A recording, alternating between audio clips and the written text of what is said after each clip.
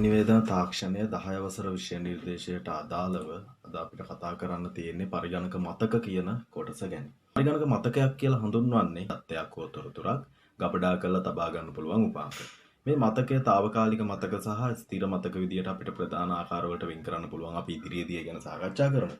සරලවම කියනවා නම් අපි දැන් ඒතකොට දත්ත තොරතුරු කියලා කියන්නේ පරිගණකය තුල භාවිතා වෙන රූප, වීඩියෝ, ඊළඟට අක්ෂර ලේඛන ඔය වගේ දේවල් තමයි අපි දත්ත තොරතුරු විදියට හඳුන්වන්නේ. ඒතකොට මේ දත්ත තොරතුරු පරිගණකය තුළ තියෙන මතක උපාංග තුළ තමයි ගබඩා වෙලා තියෙන්නේ. ඒතකොට මේ මතක උපාංග ගැන අධ්‍යයනය කරද්දී අපි පරිගණක මතක උපාංග ඉස්සෙල්ලාම ප්‍රධාන ආකාර දෙකකට වෙන් කරගන්නවා. පළවෙනි ආකාරය තමයි ප්‍රාථමික මතක කියලා කියන්නේ. ඒතකොට පළමු ආකාරය අපි ප්‍රාථමික මතක. මොනවද මේ ප්‍රාථමික මතක කියලා කියන්නේ? අපි දන්නවා පරිගණකය සමන්විත වෙන කොටස් අතර අපි පරිගණකයේ මොළය ලෙස හඳුන්වන මධ්‍ය සැකසුම් ඒකකය. එහෙමත් නැත්නම් Central Processing Unit එක CPU එක. සමහර මේක හඳුන්වනවා ප්‍රොසෙසරය කියලා.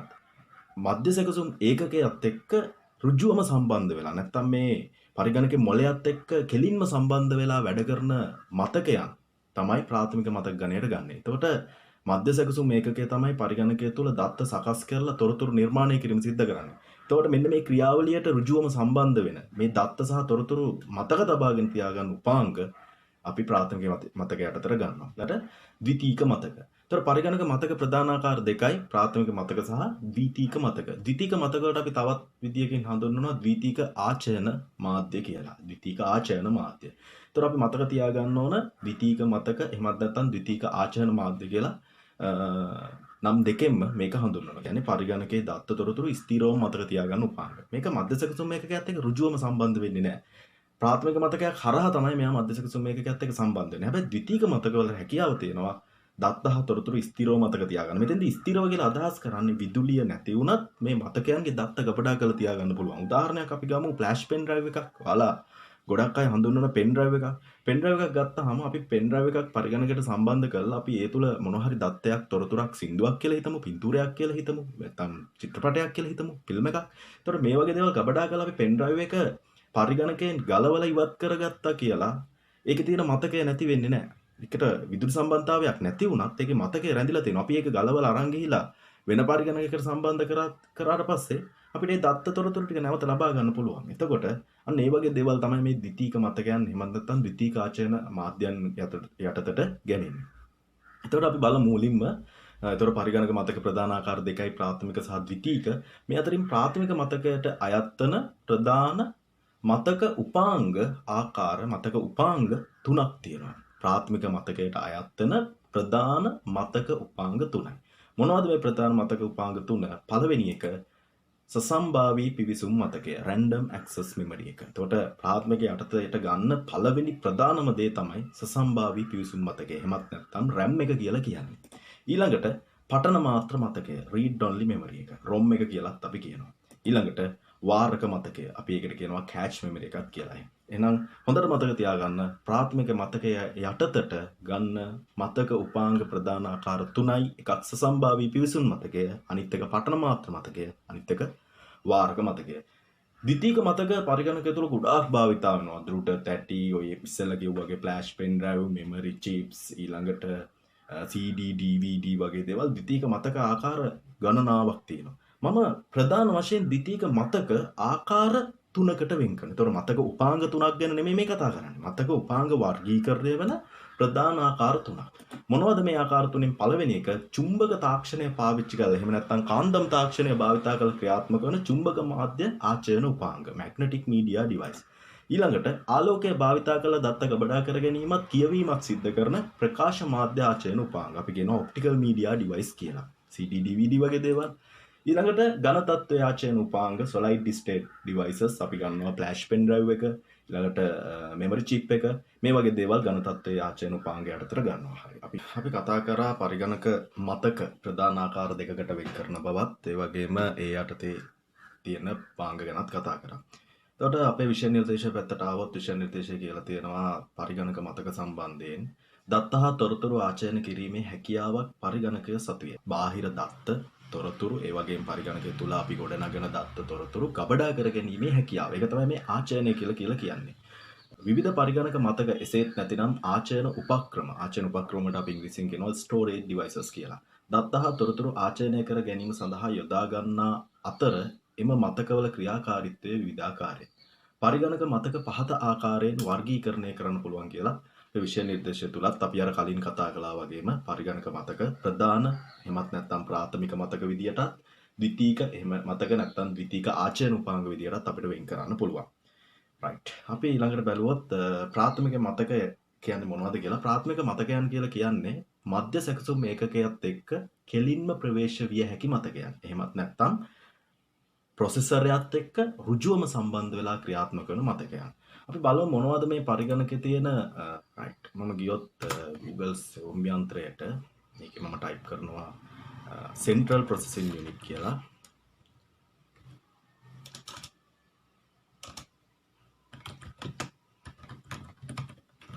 Central Processing Unit එහෙමත් නැත්නම් CPU Central Processing Unit එහෙමත් නැත්නම් මධ්‍ය සැකසුම් ඒකකය. මේ තියෙන පරිගණකයේ මොළය. එතකොට මේම හරහා තමයි පරිගණකයේ සියලුම කොටස් පාලනය වෙන්නේ. මේ පරිගණකයේ මොළය එහෙම නැත්නම් Central Processing Unit එක සතුව ප්‍රධාන මේක ඇතුලේ ප්‍රධාන කොටස් තුනක් අපිට වෙන් කරගන්න පුළුවන් රෙජිස්ටර් මතකය, ඒ වගේම අංක ගණිතමය හා තාර්කික ඒකකය හා පාලන ඒකකය කියලා. එතකොට මෙන්න මේ මධ්‍ය සැකසුම් ඒකකයත් එක්ක ඍජුවම සම්බන්ධ වෙන මතකයන්නේ ප්‍රධාන මතකය එහෙම නැත්නම් ප්‍රාථමික මතකයන්නේ අතට අපි ගත්තේ.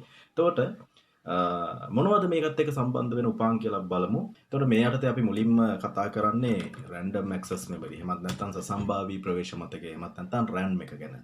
මම හිතන්නේ ඔයාලා කවුරුත් RAM එකක් එහෙමත් නැත්නම් සසම්භාවී ප්‍රවේශ මතකයක් මීට කලින් දැකලා පරිහරණය කරලා ඇති. එතකොට මෙන්න මේ random access memory එක. එහෙමත් නැත්නම් සසම්භාවී ප්‍රවේශ මතකය මධ්‍ය සැකසුම් ඒකකයත් එක්ක ඍජුවම සම්බන්ධ වෙලා ක්‍රියාත්මක වෙන ප්‍රාථමික මතකයන් එහෙමත් නැත්නම් ප්‍රධාන මතකයන් අතට ගැනෙන උපකරණයක්. එතකොට සසම්භාවී ප්‍රවේශ මතකය ගැන කතා කරොත් සසම්භාවී පිවිසුම් මතකයේ කාර්ය වෙන්නේ සකස් කිරීමට යොමු කරන තෙක් දත්ත తాවකාලිකව රඳවා තබා ගැනීම. අපි දන්නවා ආදාන උපාංග වලින් අරගෙන එන දත්ත ආදානය කරන ලබන දත්ත ඉස්සෙල්ලම ගබඩා වෙන්නේ මෙන්න මේ සසම්භාවී ප්‍රවේශ මතකයේ ඇතුලේ. ඊට පස්සේ ඒවා සසම්භාවී ප්‍රවේශ මතකයේ තුල తాවකාලිකව ගබඩා කරගෙන ඒවා සකස් කිරීම සඳහා මධ්‍ය සැකසුම් ඒකකයේ වෙත යොමු කරනවා. CPU එක වෙත යොමු කරනවා. එතකොට සකස් කිරීමට යොමු කරනකම් දත්ත తాවකාලිකව රඳවා තබා ගන්නෙත් මේ RAM එක ඇතුලේ. ඊට පස්සේ මධ්‍ය සැකසුම් ඒකකෙන් සකස් කරාට පස්සේ ඒවා ආයේ වන්නේත් මෙන්න මේ සසම්භාවී ප්‍රවේශ මතකයටම තමයි. RAM එක ගැන කතා කරද්දී එහෙමත් නැත්නම් සසම්භාවී ප්‍රවේශ මතකය ගැන කතා කරද්දී මේක නශ්‍ය මතකයක්. මොකද්ද මේ නශ්‍ය මතකයන් කියලා කියන්නේ? නශ්‍ය මතකයන් කියලා කියන්නේ විද්‍යුතය නැති වුණාම මතකයේ නැති වෙන දේවල්. ඒතකොට මම කලින් කතා කළා ෆ්ලෑෂ් පෙන් ඩ්‍රයිව් එකක් ගැන. පෙන් ඩ්‍රයිව් එක විදුලිය නැති වුණා කියලා මතකයේ නැති වෙන්නේ නැහැ. ඒ කියන්නේ සියලුම ද්විතීක මතකයන් විද්‍යුතය නොමැති වුණත් මතකය රඳවා තබා ගැනීමේ හැකියාව තියෙනවා. ඒක අපි කියනවා නශ්‍ය නොවන මතකයන් කියලා. නශ්‍ය කියන්නේ නැති වෙනවා. නැති වෙන්නේ නැති මතකයන්. හැබැයි මේ කතා කරන RAM එක නශ්‍ය මතකයක්. ඒ කියන්නේ මෙයාගේ විදුලි සැපයුම නැති වෙච්ච ගමන්, මෙයාට ලැබෙන විදුලි සැපයුම නැති වෙච්ච ගමන්, මෙයා තුල ගබඩා කරගෙන ඉන්න දත්ත සහ තොරතුරු මැකිලා යනවා. එහෙනම් විදුලි බලය නොමැති විට දත්ත මැකී යන බැවින් මෙම මතකය නශ්‍ය මතකයක් විදියට, එහෙමත් නැත්නම් volatile memory එකක් විදියට හඳුන්වනවා. ළඟට කියලා තියෙනවා එසේම තොරතුරු ප්‍රතිදානය කිරීම, තැන්පත් කිරීම සහ නැවත ලබා ගැනීම සඳහා ද්විතීක මතකයේ වෙත යොමු කරන්නේද සසම්භාවී පිවිසුම් මතකයේ ඔස්සේ. දැන් මම ඔයාලට කිව්වා ආදානය කරගන්න දත්ත මේකේ తాවකාලිකව රඳවා තබා ගන්නවා. ඊළඟට මධ්‍ය සැකසුම් මේකකින් සකස් කරන තොරතුරුත් මේකේ తాවකාලිකව රඳවා තබා ගන්නවා. බලමු සසම්භාවී ප්‍රවේශ මතකයේ ක්‍රියාකාරීත්වය. එහෙමත් නැත්නම් RAM එකේ ක්‍රියාකාරීත්වය අපි තවත් විදියට විස්තර කරගත්තොත් මෙන්න මෙහෙමයි. ආදානය කරගන්න ලබන එහෙම නැත්නම් ආදාන උපාංග වලින් ආදානය කරගන්න ලබන දත්ත ඉස්සෙල්ලම එහෙමත් නැත්නම් පළමුවම ගබඩා වෙන්නේ සසම්භාවී ප්‍රවේශ මතකයේ ඇතුලේ. සසම්භාවී ප්‍රවේශ මතකය තුළ ගබඩා කරපු දත්ත සහ උපදෙස්. උපදෙස් කියලා කියන්නේ මෘදුකාංගයක්. එතකොට මෘදුකාංගයක් එහෙමත් නැත්නම් සොෆ්ට්වෙයාර් එකක් කියලා කියන්නේ උපදෙස් සමූහයක්. එතකොට මෙතෙන්දී උපදෙස් කියලා අදහස් වෙන්නේ මෘදුකාංග. එතකොට යම්කිසි ක්‍රියාවලියක් කරන්න මෘදුකාංගයකට දත්ත අවශ්‍යයි. එතකොට මේ මෘදුකාංග සහ දත්ත කියන කොටස් දෙකම දැන් මේ අවස්ථාවේදී සසම්භාවී ප්‍රවේශ මතකයේ එහෙමත් නැත්නම් RAM එකේ ගබඩා වෙලා තියෙනවා. එතනින් ඊට පස්සේ මෙන්න මේ උපදෙස් සහ දත්ත යොමු කරනවා මධ්‍ය සැකසුම් ඒකකය වෙත. එහෙමත් නැත්නම් CPU එක වෙතට. මධ්‍ය සැකසුම් ඒකකය වෙතට යොමු කරන දත්ත සහ උපදෙස් ඒ දී ඇති උපදෙස් වලට අනුව සකස් කරලා ඒ දත්ත සකස් කරලා පස්සේ අපි ඒවා තොරතුරු කියලා හඳුන්වන්නේ. ඒ තොරතුරු නැවතත් සසම්භාවී ප්‍රවේශ මතකය ඇතුලේ ගබඩා කිරීම සිද්ධ කරනවා. සසම්භාවී ප්‍රවේශ මතකය ඇතුලේ ගබඩා කරපු තොරතුරු අපිට ප්‍රතිදාන උපාංග හරහා ප්‍රතිදානය කරගන්න පුළුවන්. ප්‍රතිදාන උපාංග හරහා ප්‍රතිදානය කර ගැනීම සිද්ධ කරන්නත් පුළුවන්. එහෙමත් නැත්නම් මේවා අපි දැන් ඊළඟට කතා කරන ද්විතීක මතක. එහෙමත් නැත්නම් ද්විතීක ආචරණ මාධ්‍ය ඇතුලේ ගබඩා කිරීම සිද්ධ කරගන්න පුළුවන්. එතකොට අපි ඒ වෙලාවේ ඒ තොරතුරු ප්‍රතිදානය කරගන්නේ නැත්නම් ඒවා ද්විතීක මතක තුල ගබඩා කරන්න පුළුවන්. ද්විතීක මතක තුල ගබඩා කරපු තොරතුරු නැවත අවශ්‍ය වුණහම මෙතන තමයි වැදගත්ම තැන. ද්විතීක මතකය තුළ ගබඩා කරපු දත්ත හෝ තොරතුරු නැවත අවශ්‍ය වුණහම ඒවා සසම්භාවී ප්‍රවේශ මතකය හරහම තමයි ප්‍රතිදානය කර ගැනීම සිද්ධ කරන්නේ. දැන් ඔයාලට පැහැදිලි ඇති ආදාන උපාංග වලින් ආදානය කරන දත්ත මුළුම සසම්භාවී ප්‍රවේශ මතකය. ඇත්තට මෙතන සසම්භාවී ප්‍රවේශ මතකය නෙමෙයි. මෙතන ප්‍රධාන මතකය එහෙමත් නැත්නම් ප්‍රාථමික මතකය විදිහට තමයි සඳහන් විය යුත්තේ. මොකද සසම්භාවී ප්‍රවේශ මතකය සහ මධ්‍ය සැකසුම් ඒකකය අතර ගනුදෙනුවම ඍජුවම දැක්වුවට මෙතන තවත් අතරමැදියෙකු මේ ක්‍රියාවලිය සඳහා දායක වෙනවා. අපි බලමු කවුද මේ අතරමැදියා කියලා. සම්භාවී ප්‍රවේශ මතකය සහ මධ්‍ය සැකසුම් ඒකකය අතර අතරමැදියෙකු විදිහට මේ අවස්ථාවේ ක්‍රියාත්මක වෙන්නේ වාරක මතකය. වාරක මතකයත් ප්‍රධාන මතකයත් එහෙම නැත්නම් ප්‍රාථමික මතකයට අයත් වෙන මතකයක්. එතකොට සසම්භාවී ප්‍රවේශ මතකය හා මධ්‍ය සැකසුම් ඒකකය අතරමැදියෙකු විදිහට වාරක මතකයේ ක්‍රියාත්මක වෙන ආකාරය අපි බලමු. අපි දැන් කතා කරමු වාරක මතකය සම්බන්ධයෙන්. එතකොට අපි ප්‍රාථමික මතකය යටතේ ඉස්සෙල්ලම කතා කරේ සසම්භාවී ප්‍රවේශ මතකය. දෙවෙනියට මම කතා කරනවා වාරක මතකය එහෙමත් නැත්නම් කැච් මෙමරි එක ගැන. එතකොට කලින් රූප සටහන තුළ ඔයාලා දැක්ක සම්භාව්‍ය ප්‍රවේශ මතකයේ මධ්‍ය සැකසුම් එකකත් එක්ක ඍජුව ගනුදෙනු කරන ආකාරය. හැබැයි ඇත්තටම එහෙම වෙන්නේ නැහැ. මේ අතරමැද සසම්භාව්‍ය ප්‍රවේශ මතකය සහ මධ්‍ය සැකසුම් එකකේ අතරමැදියෙක් ඉන්නවා. එයා වාරක මතකය. මධ්‍ය සැකසුම් එකකේ දත්ත සකස් කිරීමේදී ඉස්සෙල්ලම දත්ත තියෙනවද කියලා බලන්නේ වාරක මතකය තුළ. වාරක මතකය තුළ දත්ත තියෙනවා නම් ඒව මධ්‍ය සැකසුම් එකකට අරගෙන ඒව සකස් කිරීම සිද්ධ වෙනවා. එහෙම නැත්නම් තමයි එයා සසම්භාව්‍ය ප්‍රවේශ මතකයෙන් දත්ත ලබා ගැනීම සිද්ධ කරන්නේ. ඒතකොට සසම්භාව්‍ය ප්‍රවේශ මතකයේ වුණ ලබන දත්ත වාරක මතකය හරහා තමයි මධ්‍ය සැකසුම් එකකට යොමු කරන්නේ. ඒව නැවත වාරක මතකය හරහාම සකස් කරපු තොරතුරු වාරක මතකය හරහාම සසම්භාවී ප්‍රවේශ මතකයේ වෙත යොමු කිරීම සිද්ධ කරනවා. ඔන්න ඊට පස්සේ තමයි ප්‍රතිදානය හෝ ද්විතීක මතකයේ ගබඩා කිරීම සිද්ධ වෙන්නේ. එතකොට වාරක මතකයේ මෙතන අතරමැදිය. මෙයා බොහොම කුඩා වේගවත් මතකයක්. මේ සැකස්ම හින්දා පරිගණකේ කාර්යක්ෂමතාවය සෑහෙන වැඩි කරගන්න පුළුවන් වෙලා තියෙනවා. මොකද වාරක මතකය කියන්නේ සසම්භාවී ප්‍රවේශ මතකයටත් වඩා වේගවත් මතකයක්.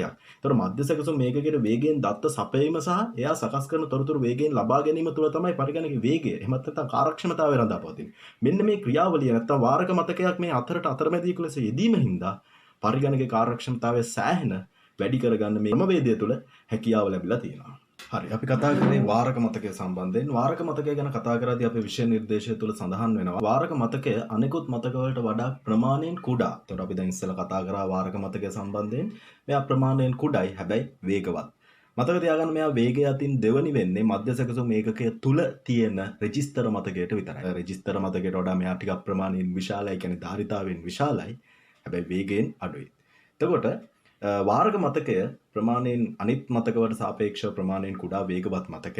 හැබැයි මෙයාව හඳුන්වනවා මධ්‍ය සැකසුම් ඒකක මතකය කියලා. එතකොට මධ්‍ය සැකසුම් ඒකකය තුල ඉන්නේ රෙජිස්ටර් මතකය වුණාට අපි මධ්‍ය සැකසුම් ඒකකයේ මතකය විදිහට හඳුන්වන්නේ වාරක මතකය. එතන ඔයාලා මතක තියාගන්න ඕන තැනක් මධ්‍ය සැකසුම් ඒකකයේ ගැන අපි කතා කරද්දී අපි කතා කරා මධ්‍ය සැකසුම් ඒකකයේ තුල ඉන්නේ රෙජිස්ටර් මතකය. හැබැයි මධ්‍ය සැකසුම් ඒකක මතකය විදිහට හඳුන්වන්නේ වාරක මතකය. CPU memory එක කියලා හඳුන්වන්නේ. මධ්‍ය සැකසුම් ඒකකය සහ ප්‍රාථමික මතකය කියන්නේ අපි අර කතා කරපු සම්භාව්‍ය ප්‍රවේශ මතකය අතරමැදියෙකු ලෙස නිතර භාවිත වන දත්ත රඳා තබා ගැනීම තමයි මෙයා සිද්ධ කරන්නේ. මධ්‍ය සැකසුම් ඒකකයේ ප්‍රථමයෙන්ම දත්ත හා විධාන තිබේදයි වාරක මතකය තුල අර අපි කතා කරපු කාරණේ මෙතන තියෙන්නේ. ආයෙත් බලන්න මධ්‍ය සැකසුම් ඒකකයේ ප්‍රථමයෙන් දත්ත සහ විධාන තිබේදයි වාරක මතකය තුල පරීක්ෂා කර බලා සකසයි. ඒතර මෙතන විධාන කියලා අදහස් කරන්නේ උපදේශ. මෙම ක්‍රියාවලිය නිසා මධ්‍ය සැකසුම් ඒකකයේ වේගය වැඩි වෙනවා. නමුත් දත්ත හා විධාන වාරක මතකයේ නැත්නම් ඒවා ප්‍රාථමික මතකයේ වෙතින් එහෙම නැත්නම් සසම්භාවී ප්‍රවේශ මතකයේ වෙතින් ගෙන්වා ගැනීම සිද්ධ කරනවා.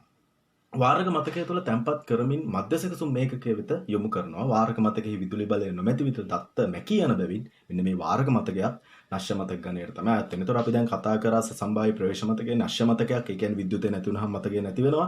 ඒ වගේම වාරක මතකයක් නශ්‍ය මතකයක්. මෙයාගේ විදුලිය නැති වෙච්ච ගමන් මතකය නැති වෙලා යනවා. ඒතකොට අපි ප්‍රාථමික මතක අතුරින් දෙකක් අපි දැන් කතා කරලා ඉවරයි. පළවෙනි එක සසම්භාව්‍ය ප්‍රවේශ මතකය, දෙවෙනි එක වාරක මතකය.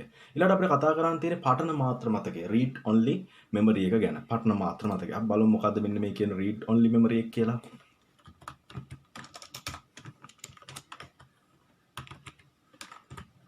read only memory එක.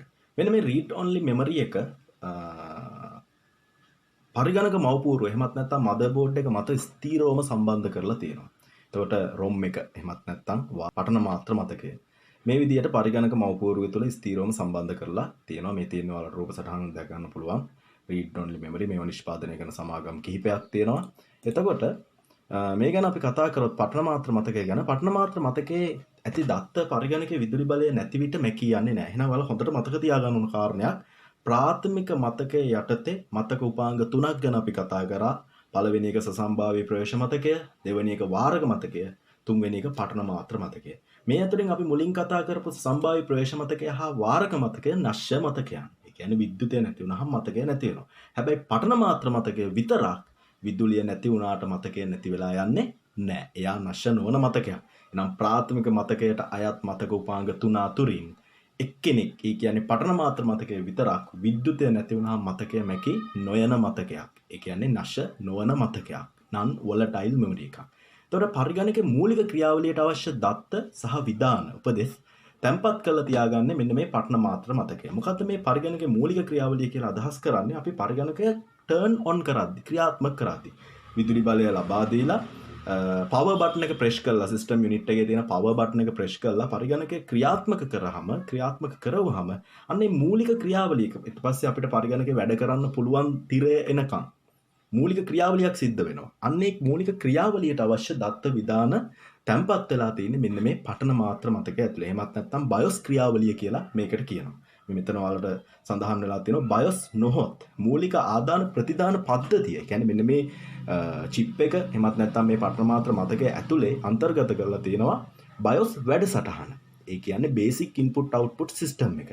විධාන මේ කියන්නේ වැඩසටහන මේක තුල ගබඩා කරලා තියෙනවා. පරිගණක නිෂ්පාදන ආයතනය විසින් තමයි පටන මාත්‍ර මතකයේ මේක ගබඩා කර තැබීම සිද්ධ කරන්නේ. ඒ වගේම මේක මව්පූර්වයේ ස්ථීරව සම්බන්ධ කරලා තියෙනවා. කතා කරන්න බලාපොරොත්තු වෙන්නේ ද්විතීක මතක සම්බන්ධයෙන් එහෙමත් නැත්නම් secondary memory සම්බන්ධයෙන්. ද්විතීක මතකයක් කියලා කියන්නේ එහෙමත් නැත්නම් ද්විතීක ආචරණ මාධ්‍යයක් කියලා කියන්නේ දත්ත හා තොරතුරු පරිගණකය තුළ දත්ත තොරතුරු ස්ථිරවම තැන්පත් කරනු ලබන උපක්‍රම. ඒතර අපේ විෂය නිර්දේශය තුළ සඳහන් වෙනවා මෙම බාහිර ආචරණ මේවා බාහිර ආචරණ නැත්නම් external storage කියලාත් අදහස් කරනවා.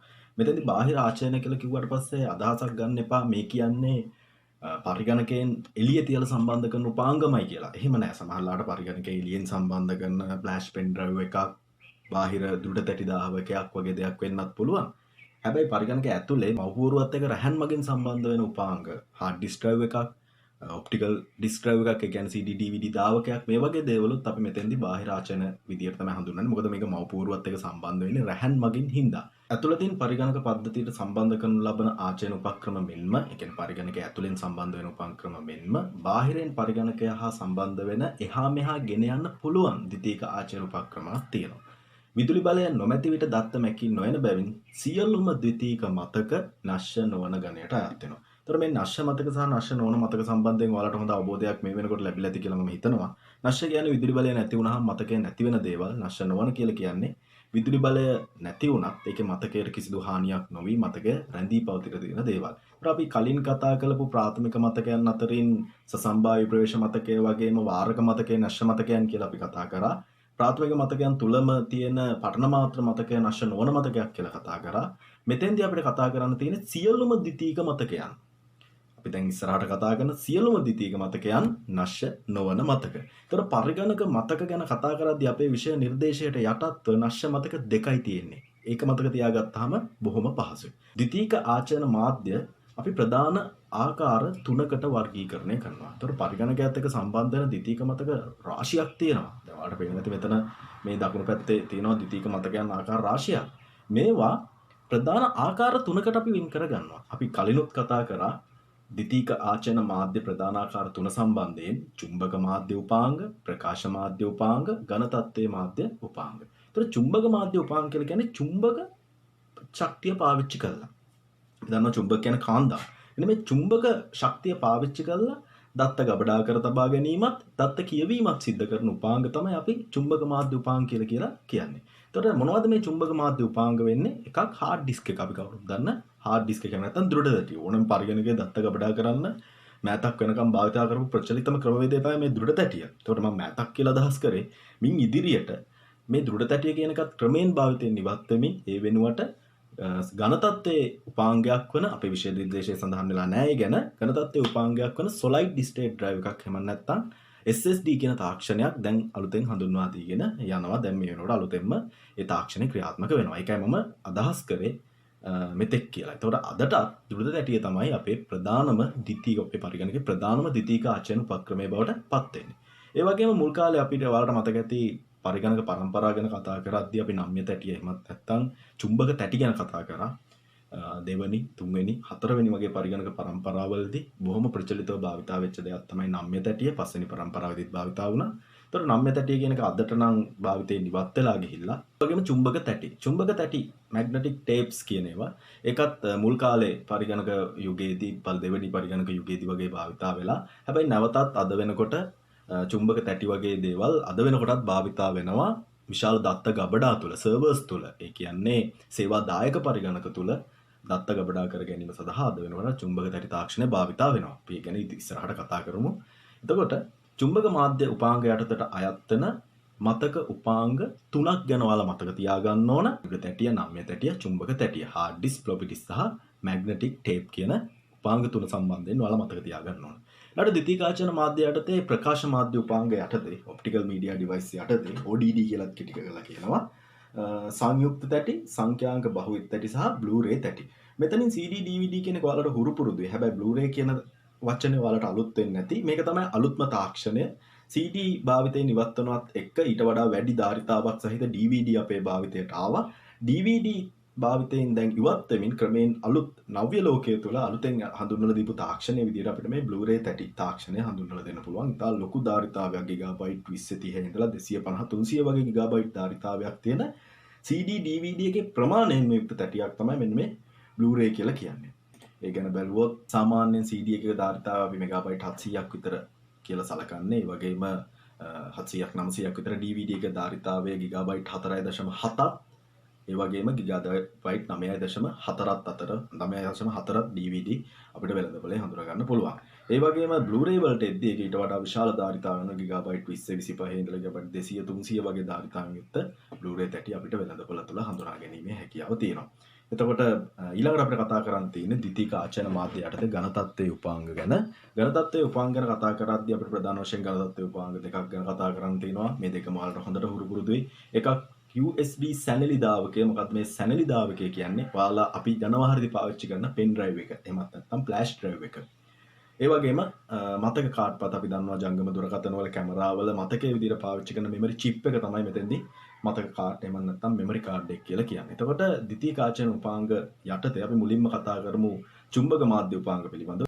චුම්බක ආරෝපණයක් ඇති කිරීම තුළින් දත්ත තැන්පත් කිරීම සිද්ධ කරනවා. චුම්බක ආරෝපණයක් ඇති කිරීම තුළින් තමයි මෙයා දත්ත තැන්පත් කිරීම සිද්ධ කරන්නේ. ඊට අපි පළවෙනි උදාහරණය දෘಢ තැටිය ගැන සලකලා බලමු. right ඔයාලට පේනවා ඇති hard disk එකක් මේ ඔයාලට දර්ශනය වෙනවා මේ දෘಢ තැටියක් hard disk. එතකොට විවිධ නිෂ්පාදන ආයතන විවිධාකාර නිර්මාණය කරන විවිධ ධාරිතාවයන් යුක්ත hard disk අද වෙද්දී 10 TB 12 TB ටෙරාබයිට් 10 12 වගේ ධාරිතාවෙන් යුක්ත දෘಢ තැටිත් වෙළඳපොළ තුල අපිට හඳුනා ගන්න පුළුවන්. එතකොට දෘಢ තැටි ප්‍රධාන ආකාර දෙකයි. ඩෙස්ක්ටොප් පරිගණක තුල භාවිතා වෙන, ඒ කියන්නේ ලොකු පරිගණක තුල භාවිතා වෙන ඩෙස්ක්ටොප් hard disk සහ ලැප්ටොප් පරිගණක තුල භාවිතා වෙන ලැප්ටොප් hard disk එක ප්‍රමාණයෙන් ටිකක් කුඩයි. වේගයෙන් ඩෙස්ක්ටොප් hard disk එකට වඩා ලැප්ටොප් hard disk එකක වේගය අඩුයි. hard disk එකක අපි විෂය නිර්දේශය පැත්තට හරනොත් දත්ත සහ තොරතුරු තැන්පත් කිරීම සඳහා යොදා ගන්න ලබන ප්‍රචලිතම මාධ්‍ය වන්නේ දෘಢ තැටි. සාමාන්‍යයෙන් දක්නට ඇත්තේ පරිගණක තුලය. එහෙත් බාහිරෙන් පරිගණකයට සම්බන්ධ කරන ලබන දෘಢ තැටි ඇත. එතකොට පරිගණකය තුල අනිවාර්යෙන් දෘಢ තැටියක් තියෙන්න ඕන. ඊට අමතරව බාහිරිනුත් අපිට දෘಢ තැටි භාවිතා කරන්න පුළුවන්. අපි ඒවට කියනවා external hard disk කියලා. portable hard disk කියලා කියනවා. ඔයාලට පේනවා ඇති පරිගණකයට බාහිරින් සම්බන්ධ කරන්න පුළුවන් මෙන්න මේ වගේ දෘಢ තැටියක් external hard disk එකක් ගත්තොත් බාහිරෙන් ග්‍රහන් හරහා කේබල් එකක් හරහා පරිගණකයත් එක්ක සම්බන්ධ වෙනවා. මේක එහා මෙහා ගෙන යන්න පුළුවන්. ඒ වගේම පෙන් ඩ්‍රයිව් එකකට වඩා වැඩි ලොකු ධාරිතාවයක් hard disk එකකින් අපිට ලබා ගන්න පුළුවන්. ඒ වගේම පෙන් ඩ්‍රයිව් එකකට වඩා වැඩි වේගයකට සාපේක්ෂව මේ external hard disk එකකින් ලබා ගන්න පුළුවන්. right. ඊළඟට බැලුවොත් ආයෙත් දිනෙන් දින දියුණු වන තාක්ෂණය නිසා විශාල ධාරිතාවකින් යුතු වූ දෘඪ තැටි බහුලවම දක්නට ඇත. දෘಢ තැටියෙහි ඇති දත්ත සහ තොරතුරු කියවීම සහ ඒ මත ලිවීමට පරිශීලකයාට පුළුවන්. මෙතෙන්දී දත්ත කියවීම ලිවීම පරිශීලකයාට පුළුවන් කියලා අදහස් කරන්නේ පරිශීලකයා ලියනවා කියන එක නෙමෙයි. දෘಢ තැටියේ තියෙන දෘಢ තැටිය තුල අපිට අවශ්‍ය දත්ත අපිට ගබඩා කරන්න පුළුවන්. ඒ වගේම ගබඩා කරපු දත්ත තොරතුරු අපිට ලබා ගන්නත් පුළුවන් අපිට අවශ්‍ය වෙලාවට. අන්න ඒක තමයි මෙතෙන්දී පරිශීලකයාට ලිවීමේ කියවීමේ හැකියාව තියෙනවා කියලා කියන්නේ. එම නිසා මෙම මාධ්‍ය කියවීම සහ ලිවීම මතක එහෙම නැත්නම් read write memory එකක් විදිහට හඳුන්වනවා දෘಢ තැටිය. ඒකට අපි දන්නවා දෘಢ තැටිය කියන්නේ නැෂ්‍ය නොවන පරිගණකයේ ස්ථිර දත්ත ගබඩා ගන්න පාවිච්චි කරන උපාංගයක්. එතකොට මෙතන කියලා තියෙනවා ධාරිතාවයේ ගිගාබයිට් 250 ඉඳලා ටෙරාබයිට් 4 අතර ප්‍රමාණයක් වන නමුත් කියලා. එතකොට හැබැයි අද වෙනකොට ඊටත් වඩා ටෙරාබයිට් 12 වගේ ප්‍රමාණයන්ගේ හાર્ඩ් ඩිස්ක් අපිට වෙනදපොළ හඳුනා ගන්න පුළුවන්. මෙම ප්‍රමාණය දිනෙන් දින වෙනස් වෙනවා කියලා මෙතන අපිට කියලා තියෙනවා. එතකොට දෘಢ තැටිය නිර්මාණය වේදී අංග ගැන අපි කතා කරොත් ඉස්සෙල්ලාම අපි කතා කරමු තැටිය. එහෙමත් නැත්නම් ප්ලැටර් එක ගැන. මම මේ රූප සටහන ගියොත් මෙන්න මේ රූප සටහනේ මෙතන මේ තියෙන්නේ මේකේ තියෙන ප්ලැටර් එකක්. මෙන්න මේකේ තියෙන ප්ලැටර් එක. තැටිය. ඔයාලට පේනවා ඉතින් මෙතන ප්ලැටර් කිහිපයක්. මේ දෘಢ තැටිය ගත්තොත් මේ දෘಢ තැටියේ ප්ලැටර් කිහිපයක්. ප්ලැටර් 4ක් අන්තර්ගත වෙලා තියෙනවා. ප්ලැටර් 4ක් මේ දෘಢ තැටිය තුළ අන්තර්ගත වෙලා තියෙනවා. එතකොට මේක මේ මැදින් සම්බන්ධ වෙලා තියෙනවා. අපි මේකට කියනවා ස්පින්ඩලය කියලා. බලමු අපි කොටස් ගැන. මුලින්ම අපි තැටිය ගැන කතා කරමු. මෙන්න මේ කියන තැටිය ලෝහමය ඇලුමිනියම් හෝ පිඟම් මැටි වලින් නිර්මාණය වූ තැටියක්. එතකොට මේක එකම දෙයකින් නිර්මාණය වෙච්ච දෙයක් නෙවෙයි. මේකේ තියෙනවා සංඝටක කිහිපයක් මේ තැටිය නිර්මාණය කරද්දී භාවිතා කරපු ලෝහ පාවිච්චි කරලා තියෙනවා, පිඟම් මැටි පාවිච්චි කරලා තියෙනවා, ඇලුමිනියම් පාවිච්චි කරලා තියෙනවා. ඒ වගේම මේ තැටියේ තියෙන විශේෂත්වය තමයි චුම්බක ශේෂ්ඨ භාවිතයෙන් දත්ත තැම්පත් කිරීමේ හැකියාව තියෙනවා. මේක තුළ චුම්බක ශේෂ්ඨ කියන්නේ චුම්බක ගතිගුණයක් මෙන්න මේ තැටිය මත තියෙනවා. ඒතර මේ තියෙන චුම්බක ගතිගුණයෙන් හින්දා මේ තැටිය මත දත්ත ගබඩා කර ගැනීමේ හැකියාවක් ලැබිලා තියෙනවා. දුඩ තැටියේ ප්ලැටර් කිහිපයක්. එතකොට අපි ඉස්සෙල්ලා කතා කරා වගේ මේ තැටි කිහිපයක් මේ දුඩ තැටියේ සමන්විත වෙනවා. තවත් විදිහට මම මේක විස්තර කරොත් මෙන්න මේ තැටිය මත මේ උඩ පැත්තේ සහ යට පැත්තේ චුම්බක ආරෝපණ තියෙනවා. මෙන්න මේ චුම්බක ආරෝපණ භාවිතා කරලා මෙන්න මේ තුඩ මගින් ලියන කියවන හිස මගින් චුම්බක ආරෝපණ දිශානතිය වෙනස් කරමින් මේකේ දත්ත ගබඩා කිරීමක් සිද්ධ කරනවා. මම ඒක පන්තියේදී ඊට වඩා පැහැදිලි කරන්නම් කොහොමද මේ ක්‍රියාවලිය සිද්ධ වෙන්නේ කියලා. ඊට පස්සේ අපි කියොත් මේකේ මේ මැද තියෙන මෙන්න මේ තැටිය කරකවන්න භාවිතා කරන ඒ වගේම තැටිය රඳවා තබා ගන්න ස්පින්ඩලය. මේ මැද තියෙන ස්පින්ඩලය. මෙන්න මේ ස්පින්ඩලය මගින් තමයි මේ තැටිය කරකවන්නේ. කොච්චර වේගෙන් කරකවනවද කියනවා නම් සාමාන්‍ය ඩෙස්ක්ටොප් පරිගණකයක දෘಢ තැටියක මෙන්න මේ තැටිය මිනිත්තුවට වට 7200ක වේගයෙන් කරකවනවා. සාමාන්‍යයෙන් RPM එක 7200ක්. ලැප්ටොප් හાર્ඩ් ඩිස්ක් එකක මේක මීට වඩා වෙනස් වෙනවා. ලැප්ටොප් හાર્ඩ් ඩිස්ක් එකක RPM එක 5500ක් විතර. ඒ කියන්නේ මිනිත්තුවට වට 5500ක පමණ වේගෙන් තමයි මේක කැරකෙන්නේ. එතකොට ස්පින්ඩලය මගින් තමයි ප්ලැටරේ රඳවා තබාගෙන ඒ කැරකීම සිද්ධ කරන්නේ. ඊළඟට ශීර්ෂකය. ශීර්ෂකය කියලා කියන්නේ මෙන්න මෙතන තියෙන මෙන්න මේ කොටස. ශීර්ෂකය මගින් තමයි ප්ලැටරය මත දත්ත කියවීම සහ ලිවීම සිද්ධ කරන්නේ. මේ ශීර්ෂකය මගින් තමයි ප්ලැටරය මත දත්ත ලිවීම හා කියවීම සිද්ධ කරන්නේ. ඒතකොට ශීර්ෂකය සම්බන්ධ වෙලා තියෙනවා මෙන්න මේ ඇක්වේටර් බාහුවට. මෙන්න මේ කොටසට කියනවා අපි ඇක්වේටර් බාහුව කියලා. එතකොට ශීර්ෂකය රඳවා තබා ගැනීම තමයි මේ ඇක්වේටර් බාහුව මගින් සිද්ධ කරන්නේ. ප්ලැටරේ ඇති චුම්බක දත්ත කියවීම සහ ප්ලැටරය මත ලිවීම ශීර්ෂකය මගින් සිදුවේ. එක් ප්ලැටරයක් සඳහා ඉහළින් සහ පහළින් ශීර්ෂක දෙකක් අන්තර්ගත වෙනවා. එක ප්ලැටර් එකකට ශීර්ෂක දෙක ගානේ අන්තර්ගත වෙනවා. ඊළඟට ඇක්වේටර් බාහුව අර මම ඉස්සෙල්ලා කිව්වා වගේ මෙන්න මේ ඇක්වේටර් බාහුව මගින් තමයි ශීර්ෂකය එහා මෙහා කිරීම සහ ශීර්ෂකය රඳවා තබා ගැනීම සිද්ධ කරන්නේ. ශීර්ෂකය එහා මෙහා කරන්නේ මෙම බාහුවෙනි. ප්ලැටරේ ඕනෑම ස්ථානයකට දත්ත කියවීම සහ ලිවීම සහ කියවීමට හැකිවන්නේ මේ නිසා. ඒතර මේක එහා මෙහා මේකේ උදාහරණයක් විදිහට මෙහෙම එහා මෙහා මේක ගමන් කිරීම මෙන්න මේ ඇක්වේටර් බාහුව හරහා සිද්ධ කරනවා. එතකොට මෙන්න මේ ඇක්වේටර් බාහුව ක්‍රියාත්මක කරන්නේ ඇක්වේටර් එකෙන්. මෙතන තියෙනවා මෙන්න මේක තමයි ඇක්වේටරය කියන කොටස. මෙතන තියෙන මෙන්න මේ කොටස තමයි ඇක්වේටරය කියන කොටස. මෙන්න මේ ඇක්වේටරය කියන කොටස මේක විදුලි මෝටරයක් වගේ. මේ ඇක්වේටරය කියන කොටසෙන් මෙන්න මේ ඇක්වේටර් බාහුව ශීර්ෂකය හා ඇක්වේටර් බාහුව සහිත කොටස මේ ප්ලැටරය මත එහා මෙහා ගෙන යාම සිද්ධ කරනවා. ඒතර මෙතන කියලා තියෙනවා මෙයට සම්බන්ධ බාහුව එහා මෙහා කරන විද්‍යුත් අංගයක් වන මේ මෝටරයක් මගින් ක්‍රියාත්මක වෙනවා. ඊළඟට අපි කතා කරොත් විදුලි සම්බන්ධකය හා ID සම්බන්ධකය ගැන මේ දෘඩ තැටියේ මෙන්න මෙතන පහළට වෙන්න විදුලි සම්බන්ධකය සහ IDE සම්බන්ධකය තියෙනවා. මෙන්න මේ තියෙන විදුලි සම්බන්ධකය, මේ තියෙන මේකේ තියෙන IDE සම්බන්ධකය. හැබැයි ඇත්තටම මේ මම රූප සටහනේ අරන් තියෙන දෘඩ තැටියේ IDE සම්බන්ධකයක් නෙමෙයි මේකේ තියෙන සාට සම්බන්ධකයක් කමන්න. හැබැයි විෂය නිර්දේශයට අනුව අපි මේක IDE සම්බන්ධකයක් විදියට සලකමු. රයිට්. එතකොට විදුලි සම්බන්ධකය දෘඩ තැටියට අවශ්‍ය ක්‍රියාත්මක වෙන්න අවශ්‍ය විදුලිය ලබා දෙනවා. IDE සම්බන්ධකය මගින් තමයි දෘඩ තැටියට දත්ත අරගෙන එන්නේ. දෘඩ තැටියේ ඉඳලා දත්ත එළියට නැත්නම් මව්පූර්ව වෙත අරගෙන යන්නේ මේ හරහා. රයිට්. ඊළඟට අපි කතා කරමු චුම්බක පටිය. හරි. අපි දැන් කතා කරන්න යන්නේ චුම්බක පටිය එහෙමත් නැත්නම් මැග්නටික් ටේප් සම්බන්ධයෙන්. ඔයාලට පේනවා ඇති මේ රූප සටහන් වල චුම්බක පටි වල විශේෂත්වය තමයි මේවායේ ධාරිතාවය ඉතා වැඩි.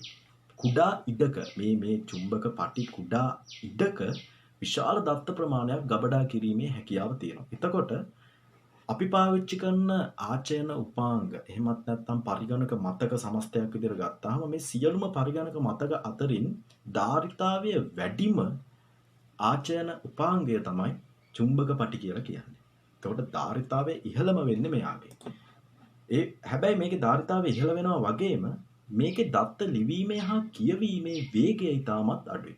එතකොට ලිවීමේ කියවීමේ වේගය අඩුම වෙන පරිගණක මතකයක් මේක. හැබැයි ධාරිතාවෙන් ඉහළම පරිගණක මතකයක් මේක. ඕක අනිත් පැත්තට ගත්තොත් අපි රෙජිස්ටර් මතකයේ පැත්තට යමු. රෙජිස්ටර් මතකය තමයි පුතේ පරිගණකේ තියෙන වේගවත්ම මතකය. හැබැයි යාගේ ධාරිතාවය අඩුයි. එතකොට වේගය වැඩි වෙනකොට ධාරිතාවය අඩු වෙලා තියෙනවා.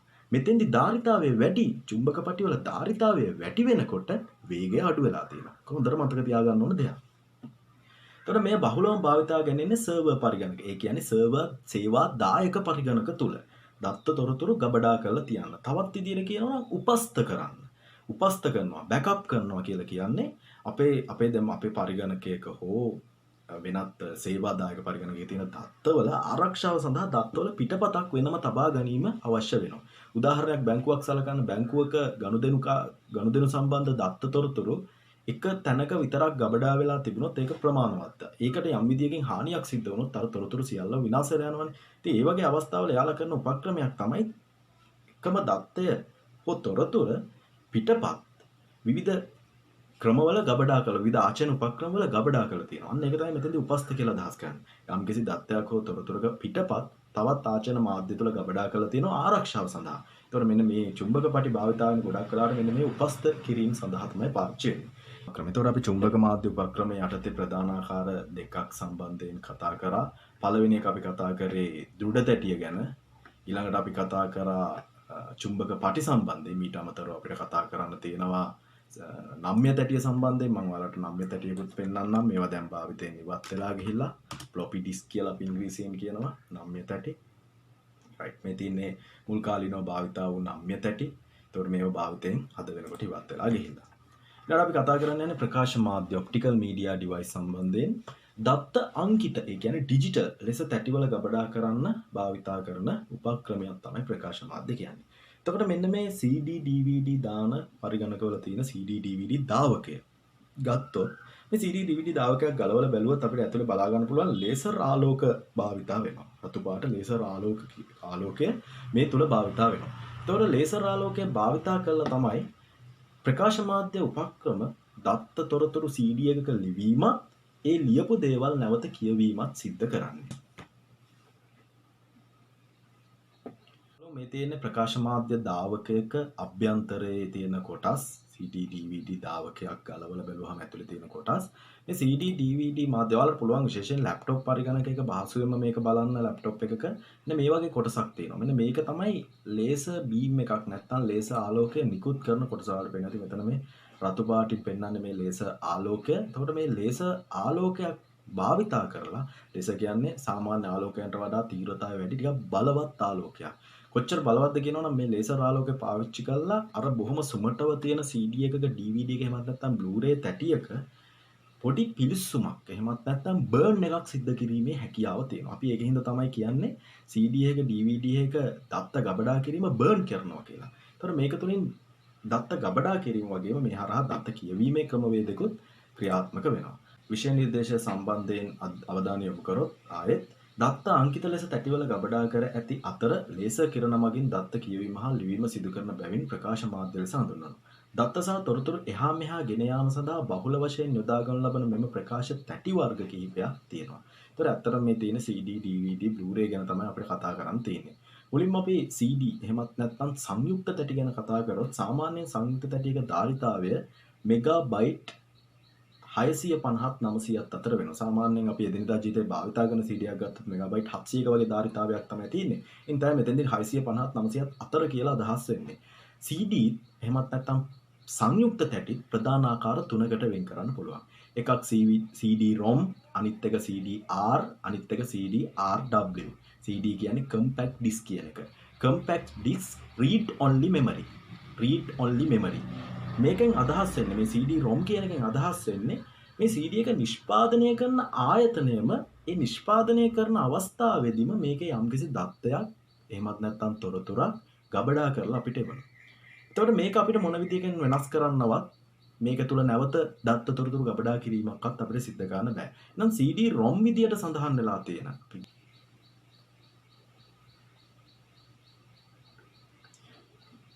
එතකොට යම්කිසි ඩිස්ක් එකක CD එකක මතු පිට සඳහන් වෙලා තියෙන CD-ROM කියලා ඒකෙන් අදහස් වෙන්නේ මේකේ ඇතුළත් කරලා එවලා තියෙන දත්ත ටික අපිට කියවන්න විතරයි පුළුවන්. ඒ කියන්නේ මේක නිෂ්පාදිත සමාගම ගබඩා කරලා එවපු දත්ත අපිට කියවීම පමණයි සිද්ධ කරන්න පුළුවන්. අපිට ඒක කිසි දෙයක් ලියන්නවත් වෙනස් කරන්නවත් බෑ. හැබැයි අපි හිතමු යම්කිසි CD එකක තියෙනවා මතු පිට සඳහන් කරලා තියෙනවා CD-R කියලා. බලමු මේ වගේ අවස්ථාවක්. right. අපිට බලා ගන්න පුළුවන් මෙන්න මේ CD එකකේ මේ CD එක ගත්තොත් ඔයාලට බලා ගන්න පුළුවන් මේ CD එකේ CD-R විදියට සඳහන් වෙලා තියෙන. ඒ වගේම ධාරිතාවය මෙගාබයිට් 700ක් කියලා සඳහන් වෙලා තියෙනවා. එහෙනම් මේ CD-R විදියට ඩිස්ක් එකක මතු පිට සඳහන් වෙලා තියෙනවා නම් අන්න ඒකෙන් අදහස් වෙන්නේ compact disk write only කියන එක. ඒ කියන්නේ එක් වරක් පමණක් මේක තුල දැන් මේකේ ධාරිතාවය දැන් ඔයාලට මම කලින් පෙන්නපු CD එකේ මෙගාබයිට් 700ක ධාරිතාවක් තියෙනවානේ. මෙන්න මේ මෙගාබයිට් 700 ධාරිතාව පිරෙනකම් අපිට ඒ කියන්නේ පරිශීලකයාට මේකේ දත්ත ගබඩා කරන්න පුළුවන්. එකපාරයි පුළුවන්. එකවරක් මේකේ දත්ත සම්පූර්ණ ධාරිතාව පිරෙනකම් මෙගාබයිට් 700 පිරෙනකම් අපිට දත්ත ගබඩා ගන්න පුළුවන්. ඊළඟට අපි ගබඩා කරගත් දත්ත ටික අපිට කිහිප වරකට පරිභෝජනය කරන්න නැවත බලන්න පුළුවන්. අපි හිතමු අපේ ඡායාරූප වගේ කිහිපයක් එහෙම නැත්නම් මේ වගේ වීඩියෝ දර්ශන කිහිපයක් අපි CD එකක ගබඩා කරගන්නවා කියලා. ඕක අපි කියන්නේ බර්න් කරනවා කියලා. මේ CD එක ගබඩා කරගත්තට පස්සේ අපිට මේ CD එක තියාගෙන ඒක නැවත ඒකේ ගබඩා කරපු දත්ත හෝ වීඩියෝ දර්ශනයක් අපිට නැරඹීමේ හැකියාව තියෙනවා. එහෙනම් CD අපිට අපේ දත්තයක් ගබඩා කරන්න නම් අපි වෙළඳ සැලෙන් මිලදීගෙන ඉන්න ඕන CD-R වර්ගයේ ඩිස්ක් එකක් එහෙමත් නැත්නම් තැටියක්. ඊළඟ අවසාන විදියට අපිට කතා කරන්න තියෙන සංයුක්ත තැටි යටතේ CD-RW සම්බන්ධයෙන් බලමු. CD-RW අපි මෙන්න මේ ඩිස්ක් එක බැලුවොත්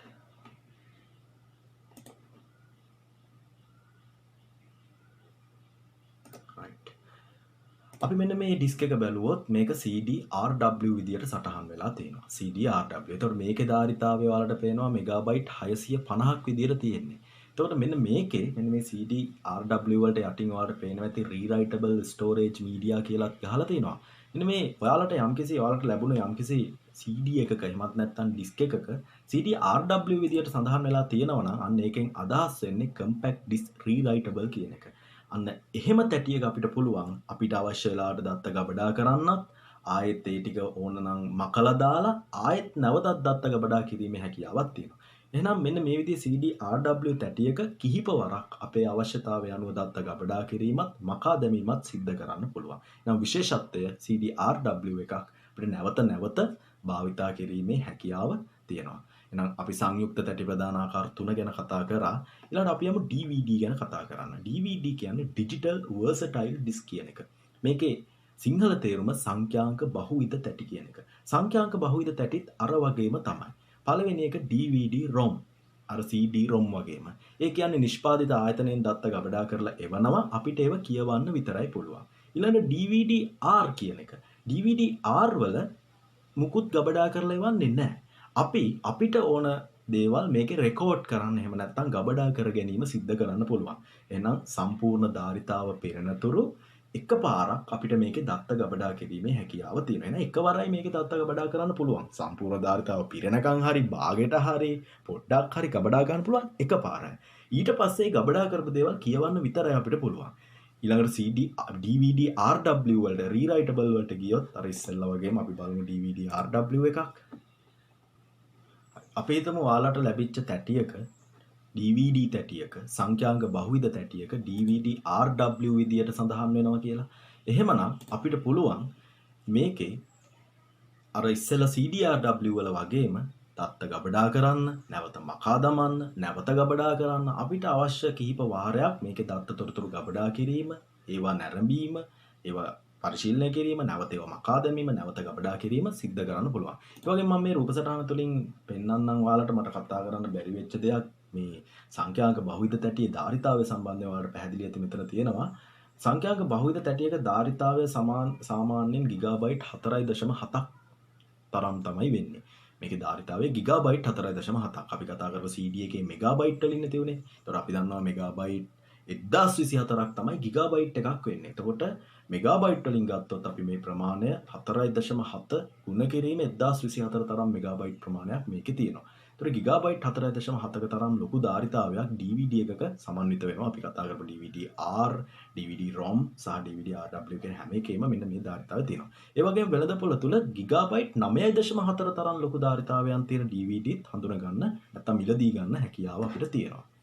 රයිට්. එතකොට අපි DVD ගැන කතා කරා. අපි ඊළඟට යමු Blu-ray තැටි ගැන කතා කරන්න. අපේ අද වෙනකොට අලුතෙන්ම වෙළඳපොළට හඳුන්වලා දීපු අලුත්ම තාක්ෂණය තමයි Blu-ray තාක්ෂණය කියන්නේ. අපි CD වල DVD වල කතා කරපු ROM R සහ RW කියන කතන්දරින් එහාට ගිහිල්ලා Blu-ray තැටි වල ඊට වඩා වෙනස් කතන්දරයක් තියෙන්නේ. Blu-ray තැටි වල මුලින්ම අපිට හඳුනා ගන්න තියෙන්නේ Blu-ray R කියන එක.